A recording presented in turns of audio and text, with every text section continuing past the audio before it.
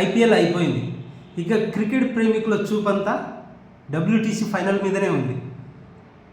ఈ WTC final ప్రతి 2 సంవత్సరాలకు ఒకసారి జరుగుతుంది. ఇప్పటి వరకు 2 ఫైనల్స్ జరిగాయి. 2021లో జరిగిన ఫైనల్స్లో ఇండియా మీద న్యూజిలాండ్ గెలవడం జరిగింది. 2023లో జరిగిన ఫైనల్స్లో ఇండియా మీద ఆస్ట్రేలియా గెలవడం జరిగింది.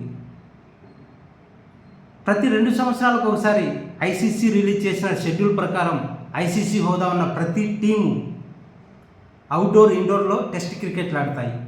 వారు సాధించిన గెలుపు ఓటములు పాయింట్స్ టేబుల్లో నిక్షిప్తమవుతూ వస్తాయి ఈ 2 సంవత్సరాల కాలం పాటు. అలాగే వారు సాధించిన పాయింట్స్, వారు సాధించిన రన్ రేట్ ఆధారంగా టాప్ 2లో నిలిచిన 2 టీమ్స్ డబ్ల్యూటీసీ ఫైనల్స్ ఆడతాయి. ఈ 2023-2025 సీజన్కు గాను సౌత్ ఆఫ్రికా, ఆస్ట్రేలియా పాయింట్ టేబుల్లో టాప్ 2లో ఉన్నాయి.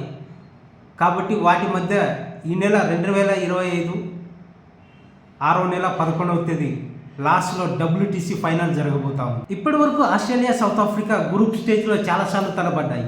ఐసీసీ ఈవెంట్స్ గ్రూప్ స్టేజ్లో చాలాసార్లు తలపడ్డాయి. కానీ నాకౌట్స్లో మాత్రం 3 సార్లు తలపడ్డాయి.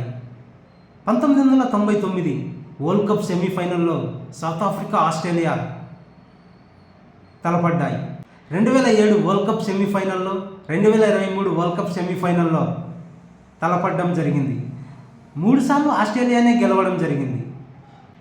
సౌత్ ఆఫ్రికా, ఆస్ట్రేలియా బలాబలాలు చూస్తే సౌత్ ఆఫ్రికా కన్నా ఆస్ట్రేలియా అన్ని రంగాల్లో చాలా బలమైన టీమ్గా కనిపిస్తుంది.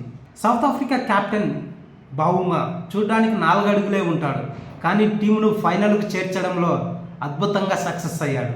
కానీ ఈ ఫైనల్ గెలిస్తే అతని పేరు సౌత్ ఆఫ్రికా క్రికెట్ హిస్టరీలో స్వర్ణ అక్షరాలతో లిఖించబడతాయి.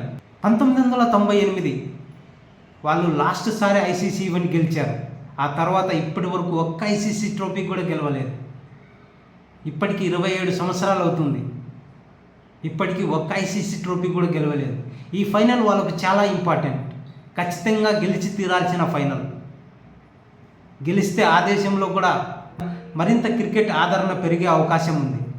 ఖచ్చితంగా సౌత్ ఆఫ్రికా గెలవాలనే కోరుకుంటున్నాను. Thank you.